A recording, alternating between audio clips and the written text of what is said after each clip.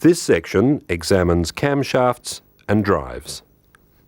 The position of the camshaft depends on the design of the engine. It can be in the engine block, close to the crankshaft. This is called a pushrod or overhead valve system. Or there can be one or two camshafts mounted in the cylinder head.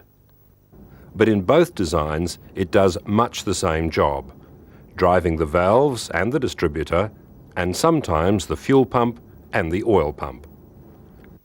The camshaft is made of hardenable iron alloy or steel, and it can be cast or machined. The cam lobes are ground to the proper shape and position in relation to one another. Accuracy is crucial. If the cam is not exactly the required shape, or if it becomes worn, there can be impacts, fast valve wear, or noisy operation.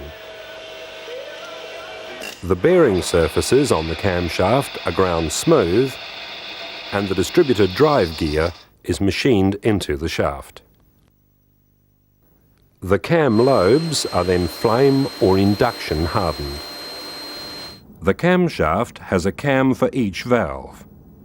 In some cases there is an additional cam known as an eccentric to operate the fuel pump.